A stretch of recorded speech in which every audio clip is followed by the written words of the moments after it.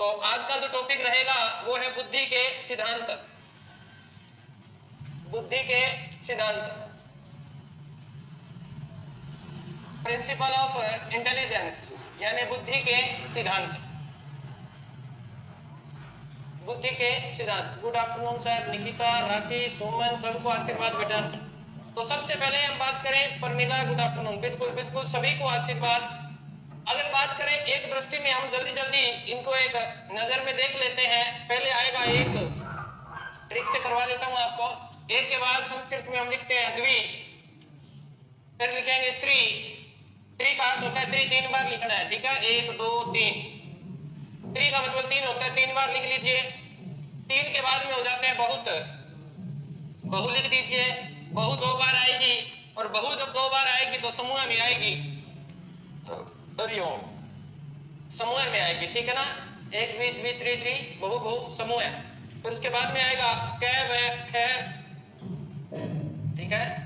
फिर आएगा तरल व ठोस, तरल ठोस। फिर आएगा विकासात्मक, फिर आएगा प्रतिदर्श। ये मुख्य अगर बात करें आपके सिद्धांत, आगे ट्रिक से याद करवा रहा हूं। इनके प्रति लगभग सामान्यतः पेपर में जब प्रश्न आते हैं तो इनके जो प्रतिपादक है, जो इन्होंने इन सिद्धांतों को बनाया है, उनकी बात आती है, ठीक है ना। किनकी बात आती है? उनकी बात आती है, सिद्धांतों की, प्रतिपादकों की बात आती है। तो अगर आपको ध्यान रखना है, आपके सामने शब्द दे देगा खंड, ठीक है, तत्व। तो आपको पूछ ले एक खंड बुद्धि का सिद्धांत किसका है, तो ऐसे याद रखना, एक फ्रेंड के बिना जिंदगी अधूरी है। एक फ्रेंड के बिना जिंदगी क्या है? अधूरी है। तो ऐसे याद रह जाएगा, इसका प्रतिपादक कौन है?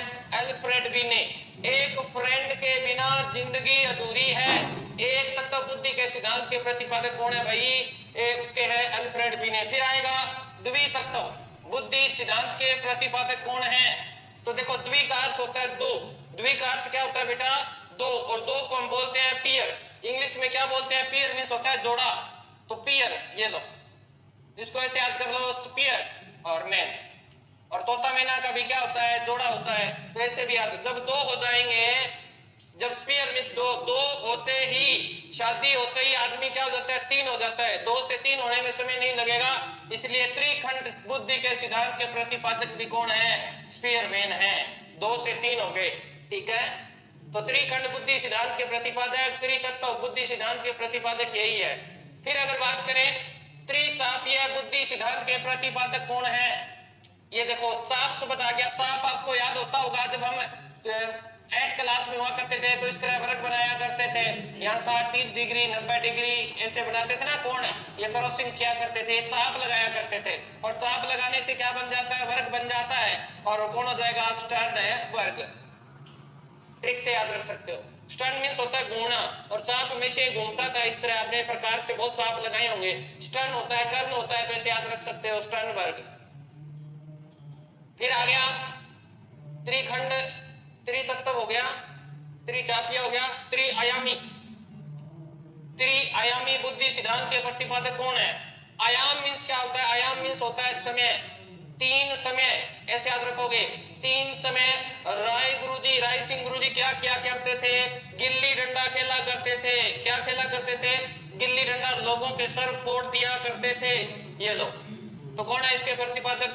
गिलफोर्ड है भाई। त्रिआयामी सिद्धांत के प्रतिपादक कौन है? गिलफोर्ड है। ये देखो, ये बहुखंड, बहुखंड बुद्धि का सिद्धांत किसका है? बहुखंड बुद्धि का सिद्धांत किसका है? थॉर्नडाइक का है। किसका है? थॉर्नडाइक का है। बहुतत्व बुद्धि का सिद्धांत किसका है? बहु को खांड लेने जानी है, क्या लगा के? डाई लगा के, ठीक है, क्या लगा के? डाई लगा के। ऐसे थाने है बहुल्यान जानो है, के लगा के, डाई लगा के। और बहु को बुद्धि कब आएगी? 2018 में प्रश्न पूछा, बहुबुद्धि सिद्धांत किसका है? तो बहु को बुद्धि कब आएगी बेटा? बहु को बुद्धि तभी आएगी जब वो घर से बाहर निकलेगी और गार्डन में जाकर बैठ जाएगी। तो कौन हो जाएंगे? गार्डन, ये लो, गार्डनर। तो कौन हो गए? हावर्ड गार्डनर इसके प्रतिपादक है, याद रह जाएगा, गार्डनर। इसके प्रतिपादक कौन है? बहुबुद्धि सिद्धांत के, गार्डनर। ओके, समूह तत्व बुद्धि का सिद्धांत के प्रतिपादक कौन है? समूह क्या होता है बेटा? ग्रुप। कभी भी ध्यान रखना, समूह का अर्थ ग्रुप, पर ग्रुप का जो वजन आता है वो किस में आता है? क्विंटल में कभी नहीं आता। समूह का वजन हमेशा ही टन में आता है। किस में आता है? टन में। और टन से याद करना है थर्स्टन। क्या करना है? थर्स्टन। इसके प्रतिपादक कौन है? थर्स्टन। और समूह में एक फल आता है, कौन है? केला। केला हमेशा समूह में आता है, तो केली। केली व थर्स्टन समूह तत्व है बुद्धि सिद्धांत के क्या है? प्रतिपादक है। कैरक है बुद्धि सिद्धांत के प्रतिपादक कौन है? कै और ख है, और है से याद करना है। कै और ख क्या है? है। ऐसे याद करो, कै और ख है, कै और ख है से हैब। इसके प्रतिपादक कौन है बेटा? हैब। तरल व ठोस बुद्धि सिद्धांत के प्रतिपादक कौन है? देखो, तरल वस्तु है, जैसे घी, मान लीजिए घी तरल है, सर्दियों में जम जाता है, तो उसे हम किस में रखते हैं? उसे हम केटली में रखते हैं, गुरुजी। तो इसके प्रतिपादक है केटल। तो ऐसी वस्तु जो तरल भी है, ठोस भी है, उसे किस में रखेंगे? केटली में। तो केटल से याद हो जाएगा केटल। इसके प्रतिपादक कौन है? केटल है। कौन है बेटा? केटल है। विकासात्मक बुद्धि के सिद्धांत के जनक कौन है? नहीं, लिखना नहीं है, अभी लिखना नहीं है, ट्रिक से याद करवा रहा हूं, फिर स्टार्ट करेंगे इनको। विकास आत्मक बुद्धि सिद्धांत के प्रतिपादक। अगर किसी बालक का विकास रुक जाए तो फिर क्या करें? तो उसे फिर पियाजी पियाजी कहने वाली ला दो, पियाजे।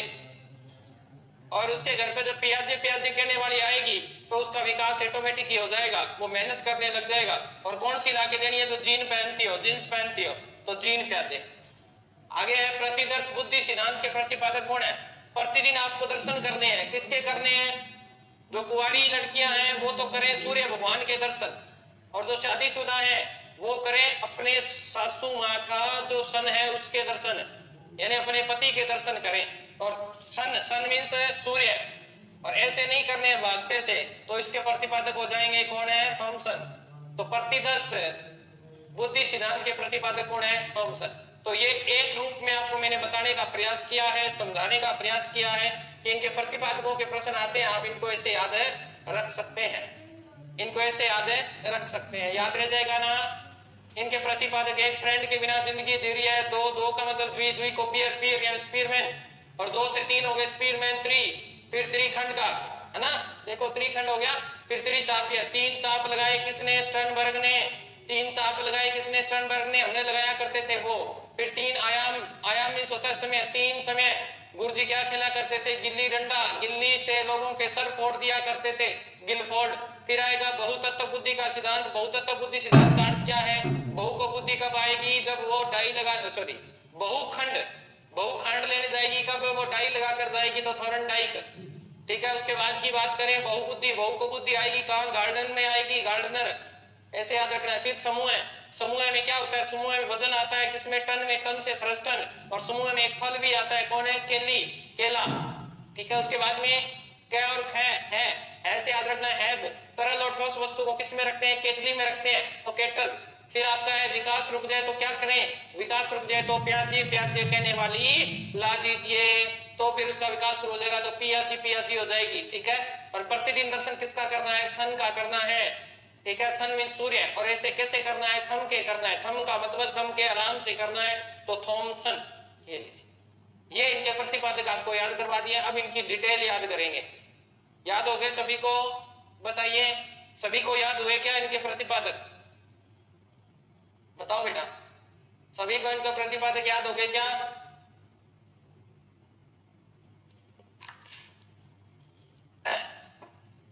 बताओ बेटा।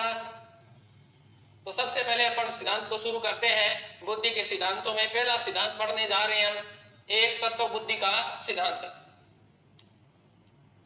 पहले सिद्धांत एक तत्व बुद्धि का सिद्धांत।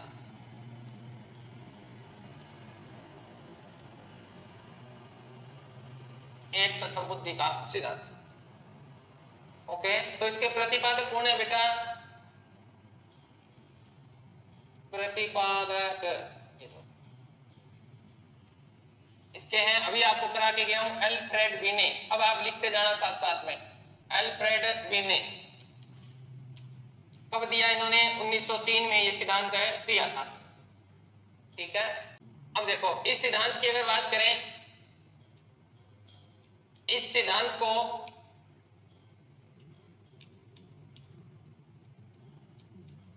जॉनसन ने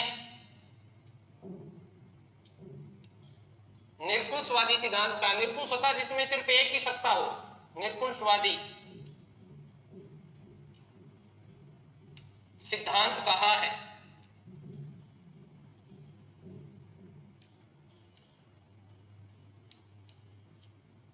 समझ में आई बात? निरंकुशवादी क्यों कहा है? कि जिसमें एक ही सत्ता हो। सरिता जाखड़ कह रही है कि सर 1911 में, 1911 में कब हो गया? 1911 में त्रितत्व सिद्धांत आया था। गलत है बेटा आपका, 1903 में है शायद। ठीक है, सुधार कर लीजिएगा बेटा, कोई बात नहीं। अल्फ्रेड बिने क्या मानते हैं? देखो, बिने के अनुसार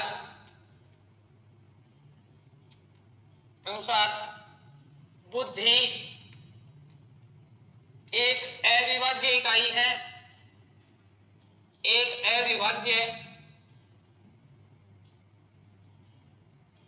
अविभाज्य लिख दिया क्या मैंने? सही है ना? अविभाज्य इकाई है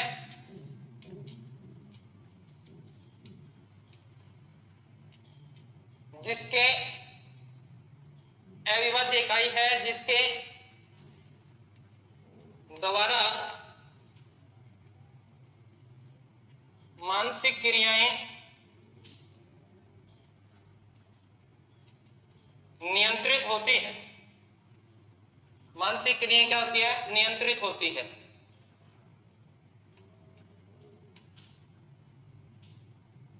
ठीक है, कहने का भावार्थ ये हो गया कि हम बुद्धि से सभी कार्य क्या कर सकते हैं? कि मानसिक शक्ति द्वारा सभी कार्य किए जा सकते हैं। अगर लिखना था तो लिख लो, मानसिक शक्ति द्वारा, एक मानसिक शक्ति द्वारा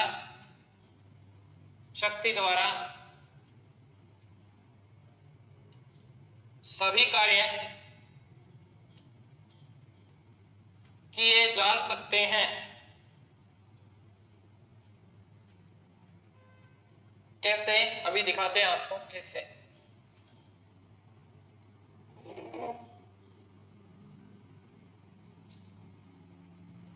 एग्जाम्पल समझो बेटा, एक शिक्षक है अपने पास, ठीक है। अल्फ्रेड बिने कहता है कि बुद्धि एक अविभाज्य इकाई है, कि बुद्धि के टुकड़े नहीं कर सकते हम। इतना ही पढ़ाया बेटा, जिया टाइम से आया करो बेटा। तो बुद्धि एक अविभाज्य इकाई है, बुद्धि को टुकड़ों में नहीं बांट सकते। किसने कहा? अल्फ्रेड बिने ने कहा कि बुद्धि में सिर्फ एक ही खंड है, कोई टुकड़ों में नहीं है बुद्धि। और इस बुद्धि से हम अपनी मानसिक प्रक्रिया से किसी भी समस्या का हल कर सकते हैं। ये बात इन्होंने कही। अगर देखें एग्जाम्पल में देखें, एक शिक्षक है, क्या है? एक शिक्षक है। हो सकता है वो शिक्षक हवाई जहाज उड़ाना जानता हो, हवाई जहाज उड़ाना जानता हो। शिक्षक, उसके पास एक योग्यता है, ठीक है।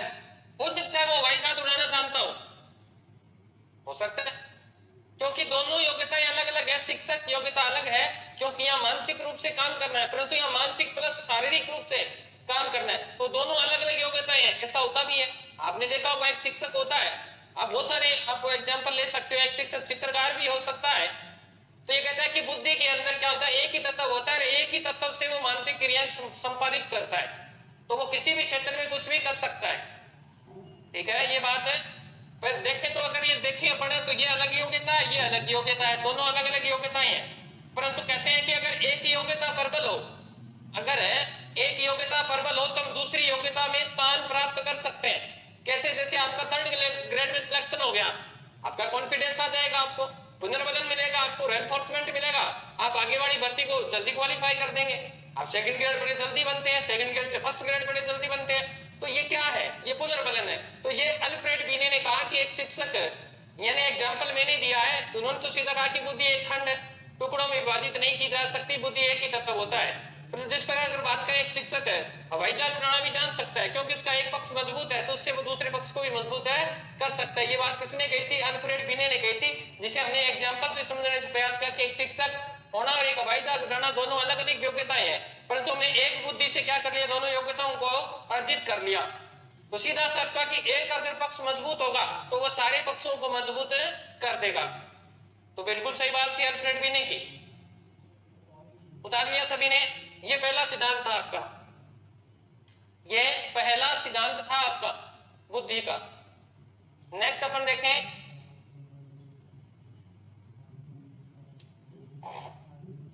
दूसरा सिद्धांत, द्वितत्व है बुद्धि का सिद्धांत। द्वितत्व बुद्धि का सिद्धांत प्रतिपादक है, आपको करवा दिया। प्रतिपादक कौन है? स्पीयरमैन। स्पीयरमैन आपको ट्रिक से याद करवा दिए सारे। ये स्पीयरमैन है, इसके प्रतिपादक कब दिया? 1904 में। 2 दूनी 4 ऐसे याद रख सकते हो आप, 2 दूनी 4। 1904 में सिद्धांत दिया था इन्होंने। ओके,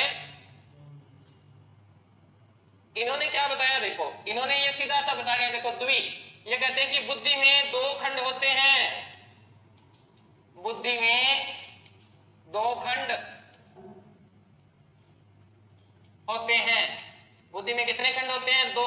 अल्फ्रेड बिने कहते हैं एक ही खंड होता है, ये कहते हैं बुद्धि में कितने खंड होते हैं?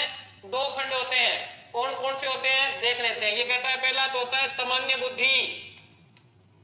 सामान्य बुद्धि जिसे हम इंग्लिश में कह सकते हैं जी। जी मीन्स जर्नल कारक या जर्नल फैक्टर, क्या? जी कारक। और दूसरा होता है विशिष्ट। दूसरा क्या होता है बेटा? विशिष्ट बुद्धि। विशिष्ट बुद्धि को हम स्पेसिफिक फैक्टर कह सकते हैं, ठीक है। तो इसे एस कारक से प्रदर्शित कर सकते हैं। तो इन्होंने 2 तत्व बताए, कौन कौन से? एक तो सामान्य बुद्धि। अब दोनों की बात करें, जैसे मैं यहां जी कारक है और यहां एस कारक है, ठीक है। इन दोनों की तुलना करके देख लेते हैं कि दोनों में फर्क क्या है, ठीक है। दोनों की तुलना कर देख लेते हैं। लिख लेना आप। जी कारक क्या होता है? ये जन्मजात होता है, ये सभी में होता है, जन्मजात योग्यता है ये। कौन सी? जी कारक। एस कारक की बात करें तो एस कारक क्या होता है? एस कारक की विशेषता यहां लिखना है, यह अर्जित होता है, यह अर्जित कारक है, अर्जित योग्यता है ये, अर्जित योग्यता, ठीक है। जी कारक मनुष्य में केवल एक ही होता है, इसकी संख्या कितनी होगी? एक ही होगी। इसकी संख्या 1 होती है, 1 होती है। और इसकी संख्या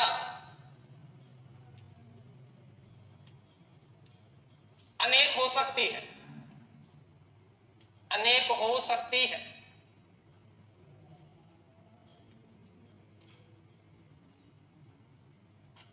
यानी जी कारक की पहली विशेषता क्या थी? जन्मजात है। दूसरी ये हो गई। तीसरी ये वंशानुगत होती है। नंबर 3 ये किससे प्राप्त होगी? वंशानुक्रम से। आनुवंशिक हो सकती है, वंशानुक्रम पर आधारित है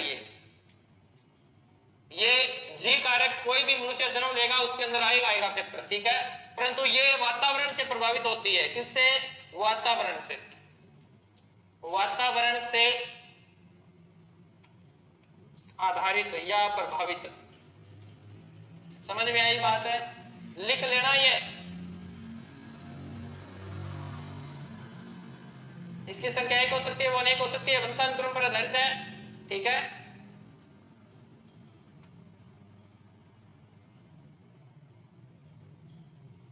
इसमें लिख लो नंबर 4, इसे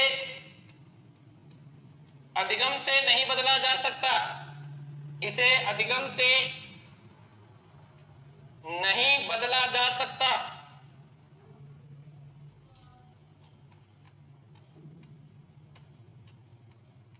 परंतु इसे तो बदला जा सकता है, इसे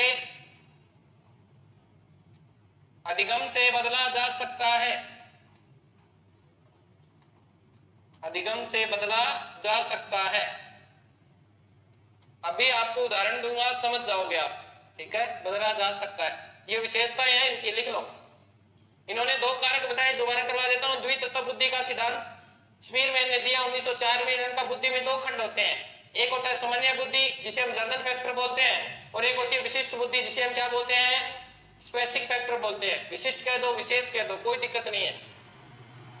जी कारक क्या है? इस कारक जी कारक की विशेषता ये जब जन्म लेता है मनुष्य तब अपने आप साथ ही उत्पन्न होती है। इसकी संख्या एक ही हो सकती है, सभी में सामान्य फैक्टर एक ही होता है। वंशानुक्रम पर आधारित है, जैसे माँ बाप है वैसे ही बुद्धि आएगी। यह अधिगम से नहीं बदला जा सकता, इसे नहीं बदल सकते। परंतु एस फैक्टर की बात करें विशिष्ट की, तो इसे अर्जित योग्यता है, कोई जन्मजात नहीं है। जैसे वकील का बेटा वकील नहीं हो सकता, यह अर्जित योग्यता है। इसकी संख्या अनेक हो सकती है, बिल्कुल हो सकती है। एक वकील का बेटा वकील भी हो सकता है, वकील ने होकर चोर भी हो सकता है, पुलिस में जा सकता है, आईएएस अधिकारी बन सकता है, कुछ भी कर सकता है। एस फैक्टर तो एक ही होगा। अमन सोनी बिल्कुल नहीं होगा, एस फैक्टर बहुत सारे हो सकते हैं, वही बता रहा हूं। एस फैक्टर की बात कर रहा हूं मैं, एस फैक्टर अनेक हो सकते हैं। जैसे मैं मेरे पहले मैं हिंदी करवाया करता था, ठीक है, हिंदी सब्जेक्ट करवाता था, फिर मैंने कल्चर कराना शुरू कर दिया। फैक्टर देखो बदल गए ना। फिर मैंने संस्कृति को छोड़कर, अधिगम का अर्थ लर्निंग होता है बेटा, लर्निंग का अर्थ होता है सीखना। पीछे की क्लासें लगा के देखो, आज तक आपने लगाई नहीं है। अधिगम का अर्थ होता है सीखना। अब देखो अर्जित का अर्थ, फिर मैंने साइकोलॉजी पढ़ानी शुरू की। मैंने बताओ कितनी विशिष्ट योग्यताएं को धारण कर लिया। हम विशिष्ट योग्यताएं एक से अधिक हो सकती है। एक टीचर एक से अधिक सब्जेक्ट पढ़ा सकता है, क्योंकि वो सीख सकता है, वो अधिगम कर सकता है। अधिगम का अर्थ होता है लर्निंग, यानी वो सीख सकता है, और सीख कर वो अपनी पुरानी चीजों को भुलाकर नई चीजें सीखेगा, अर्थात अधिगम कर लेगा, ठीक है ना। वातावरण पर दर्द के जैसी परिस्थितियां आई वैसे वैसे हम बदलते गए। फिर इसकी अधिगम से बदला जा सकता है, बिल्कुल बदला जा सकता है। आपको कोई चीज नहीं आती, आप उस चीज को बार बार पढ़िए, अधिगम कीजिए उसका, आपकी वो चीज क्या हो जाएगी, सोल्व हो जाएगी। जो आपको नहीं आती थी वो आने लग जाएगी। हुआ कि नहीं हुआ? हुआ ना। तो ये बात आपको थोड़ी सी ध्यान रखनी है। तो इसका सूत्र क्या बन गया फिर? जी फैक्टर एक ही होता है, स्पेसिफिक फैक्टर बहुत सारे होते हैं। ये देखो ऐसे चलता जाएगा ये। तो इसका सूत्र ये हो जाएगा G1 plus specific factor 1, specific factor 2, specific factor 3। उतार लिया सभी ने? अब इसका एक चित्र बना लीजिए, आपको मैं समझा देता हूं। जैसे ये है अपना, ये अपनी बुद्धि है, ठीक है, ये अपनी क्या है, बुद्धि है। ये अपना है जी फैक्टर जो जन्मजात होता है, और ये अपना है एस फैक्टर। ये क्या है? जी फैक्टर। ये क्या है? जन्मजात है, ये जन्मजात योग्यता है, ठीक है। बुद्धि सभी में होती है। कोई भी मनुष्य ने जन्म लिया है, उसके अंदर बुद्धि पहले से इंक्लूड है। बुद्धि का ये जो है ना सॉफ्टवेयर, ये भगवान जी डाल के भेजते हैं, तो जी फैक्टर से बोलते हैं। जिसे सभी लोग समझते हैं पेन है, पेन लिखने के काम आता है, ये सामान्य बुद्धि है, ये सामान्य बुद्धि है, सामान्य फैक्टर है, ये सभी में है। एस फैक्टर, अब आपने क्या किया, जैसे जैसे बड़े होते गए आपने अर्जित करना शुरू किया। S1, S2, S3, S4, S5। जैसे अगर बात करें, आपने सभी आप एक साथ ही पढ़ा करते थे। आप में से कुछ क्या बन गए? शिक्षक बन गए, कुछ वकील बन गए, ये इनकी क्या है? विशेष योग्यता है। कुछ आप में से पटवारी बन गए, ये लो। कुछ आप में से पुलिस में भर्ती हो गए, कुछ आप में से चित्रकार बन गए, कुछ आप में से किसान बन गए। ये सब क्या है? ये विशिष्ट योग्यताएं हैं जो एक से अधिक हो सकती है।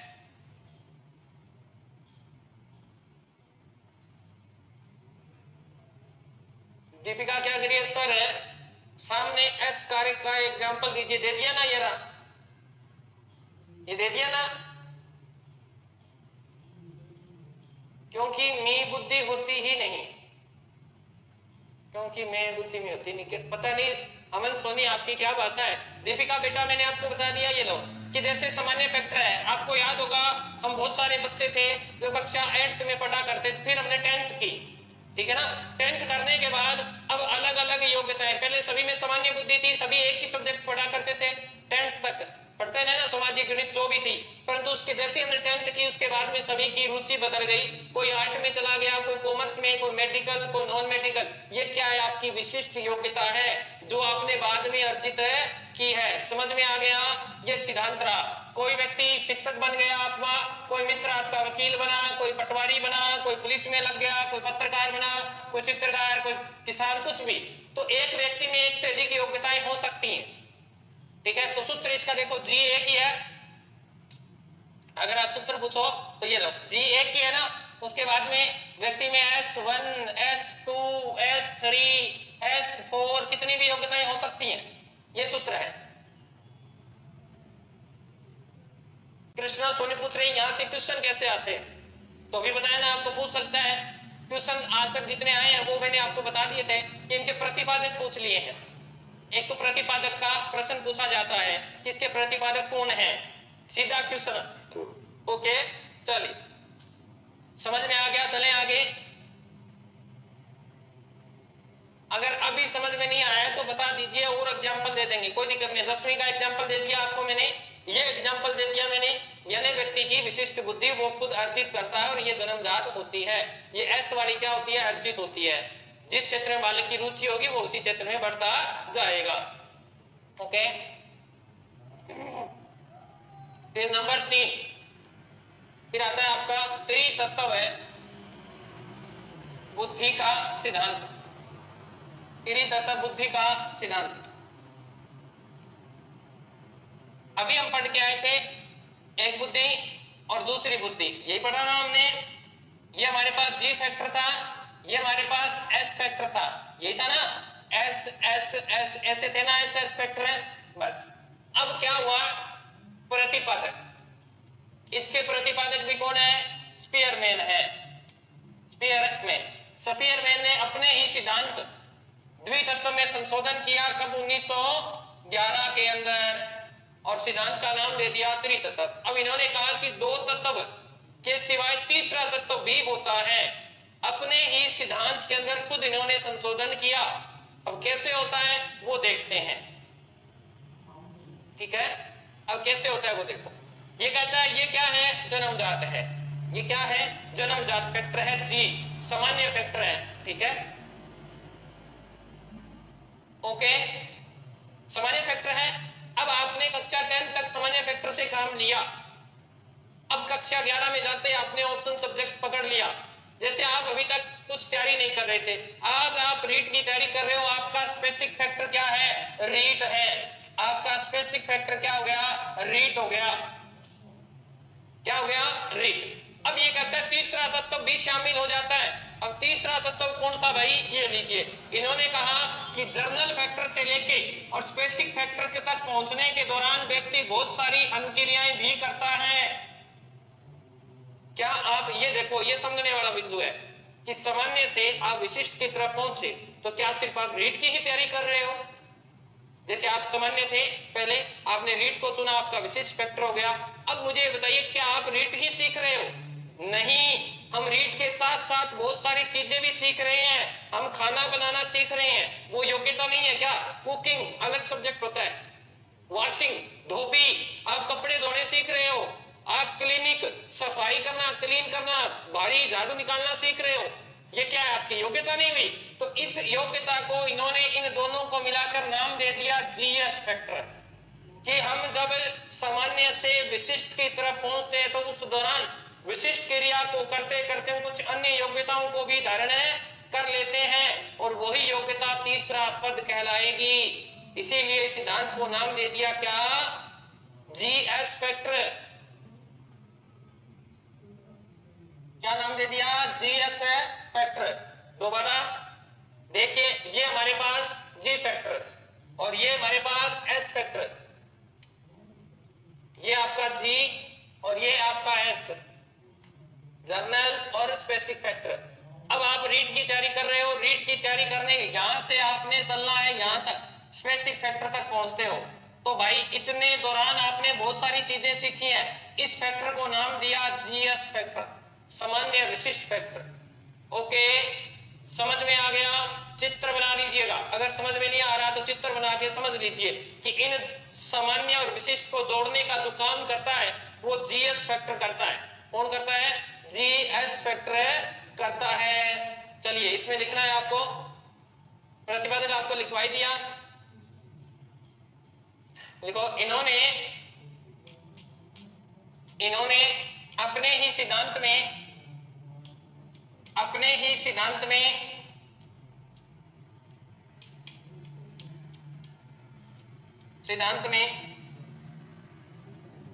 संशोधन कर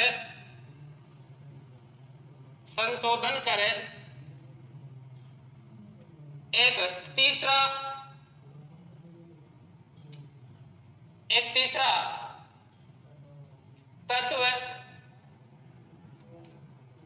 सामान्य विशिष्ट कारक, ब्रैकेट में लिखना था, आपने लिखना है जीएस कारक।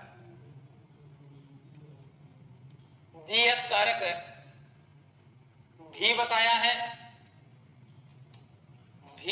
है। ओके बेटा,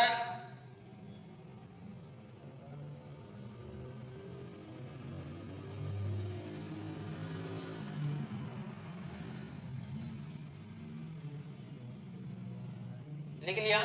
इसमें आपने सर जी जीएस फैक्टर को त्रितत्व का सिद्धांत कहते हैं। तो भाई साहब मैंने क्या कराया? त्रितत्व भी तो कराया है। दीपिका बेटा ऊपर नाम क्या लिखा है मैंने? त्रितत्व भी तो लिखा है। कहां घूम रहे हो तुम? ऊपर लिख रखा है फिर भी देखना। इसमें व्यक्ति सामान्य कारक से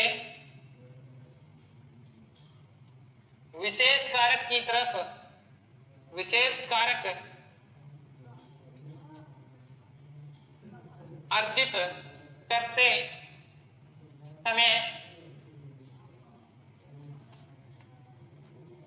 अनेक योग्यताएं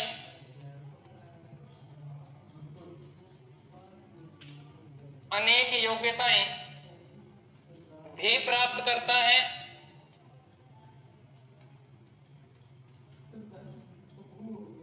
ठीक है, अनेक योग्यताएं भी प्राप्त है।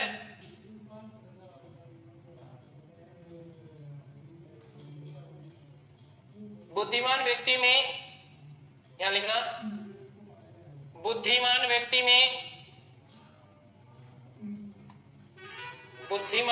में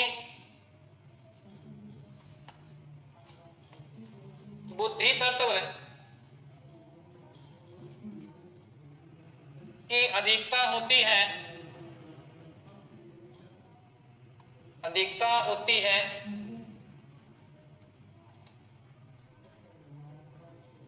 ठीक है, अधिकता होती है जिसे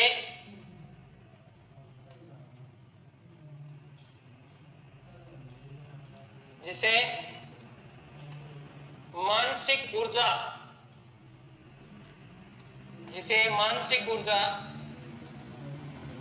कहा जाता है।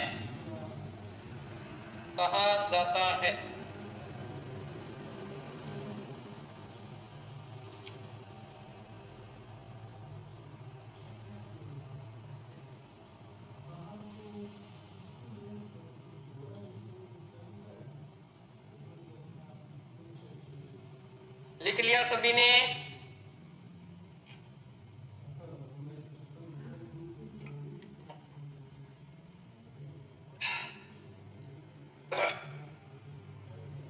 बताइए, सभी ने लिख लिया क्या?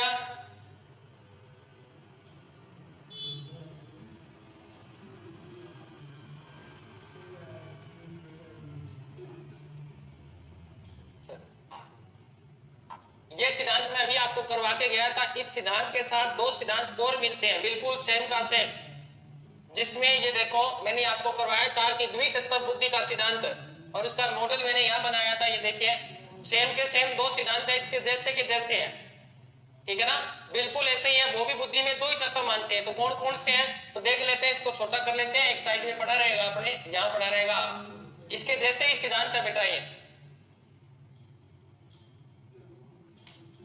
तो इसमें देखो पहले सिद्धांत की बात करें, इसका जैसा है तरल व बुद्धि, तरल व ठोस बुद्धि का सिद्धांत, ठोस बुद्धि का सिद्धांत। जिन्होंने बुद्धि में दो तत्व माने उनको एक साथ ही पढ़ लेते हैं हमें। ये किसका है, केटल का है। इन्होंने बुद्धि में दो तत्व माने, एक तत्व को नाम दे दिया तरल, क्या नाम दिया, तरल बुद्धि, और दूसरे तत्व को नाम दे दिया इन्होंने ठोस बुद्धि, ठोस बुद्धि। जो चीज हमने द्वि तत्व में पढ़ी थी सेम की सेम इन्होंने कह दी। जैसे तरल बुद्धि को हमने जी फैक्टर मान लिया और ठोस बुद्धि को हमने एस फैक्टर मान लिया, है ना। तो देखो तरल बुद्धि क्या होती है, जी फैक्टर होती है। और जी फैक्टर क्या होता है, जन्मजात होता है कि नहीं होता। और वैसे ठोस बुद्धि क्या होती है, ठोस बुद्धि होती है जिसको अर्जित कर लिया आपने, जहां जाकर आप रुक गए वो ठोस बुद्धि है। जैसे पानी होता है, आपने देखा ना, पानी तालाब का पानी देखना और उसमें पानी एक जगह स्थिर है।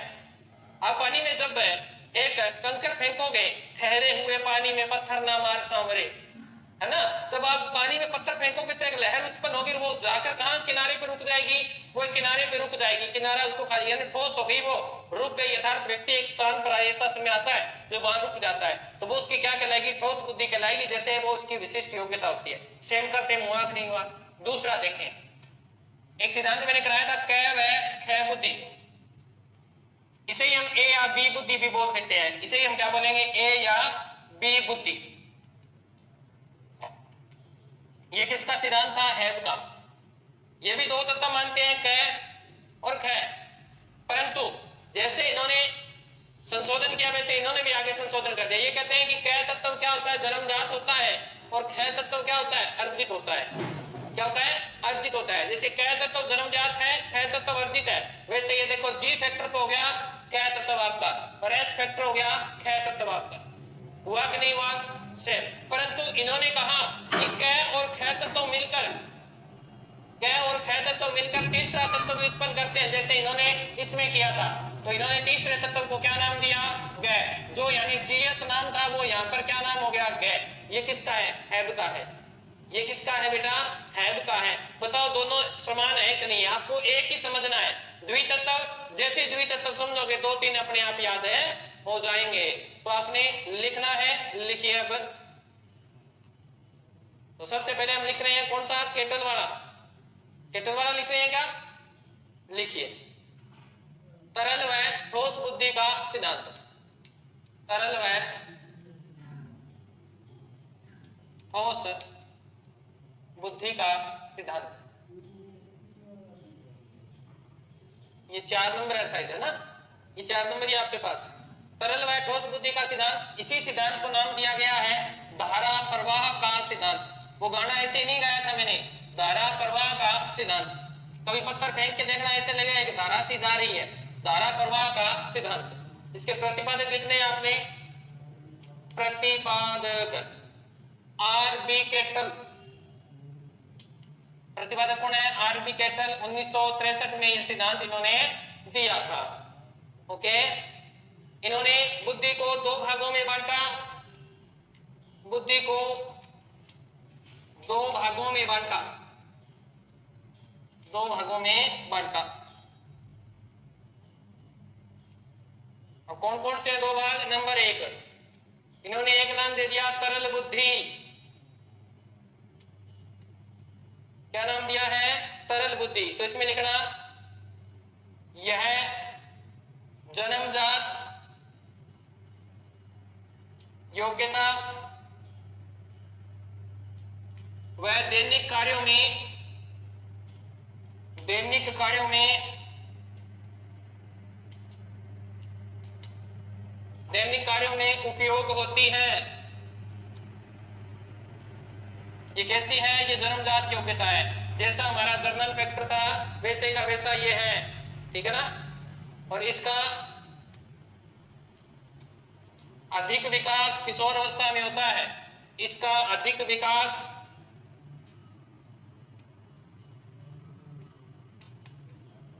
किशोरावस्था में होता है।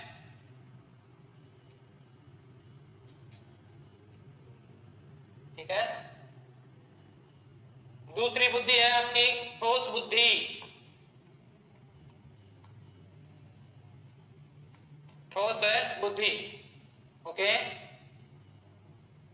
इसमें आप लिखें यह वातावरण से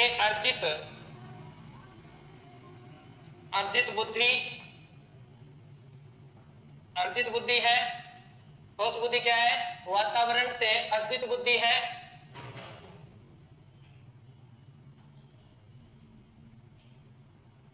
इसका यह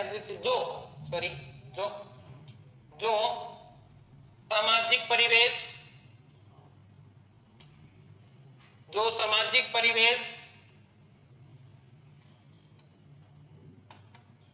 पुस्तकीय ज्ञान से अर्जित होती है,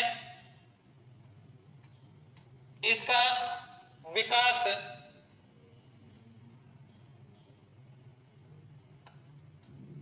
व्यस्त अवस्था में होता है। ठीक है बेटा, लिख लिया सभी ने? लिख लिया होगा सभी ने?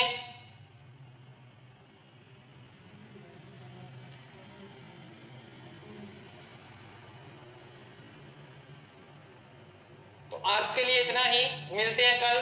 तब तक स्वस्थ रहें, मस्त रहें। जय राजस्थान, जय भारत।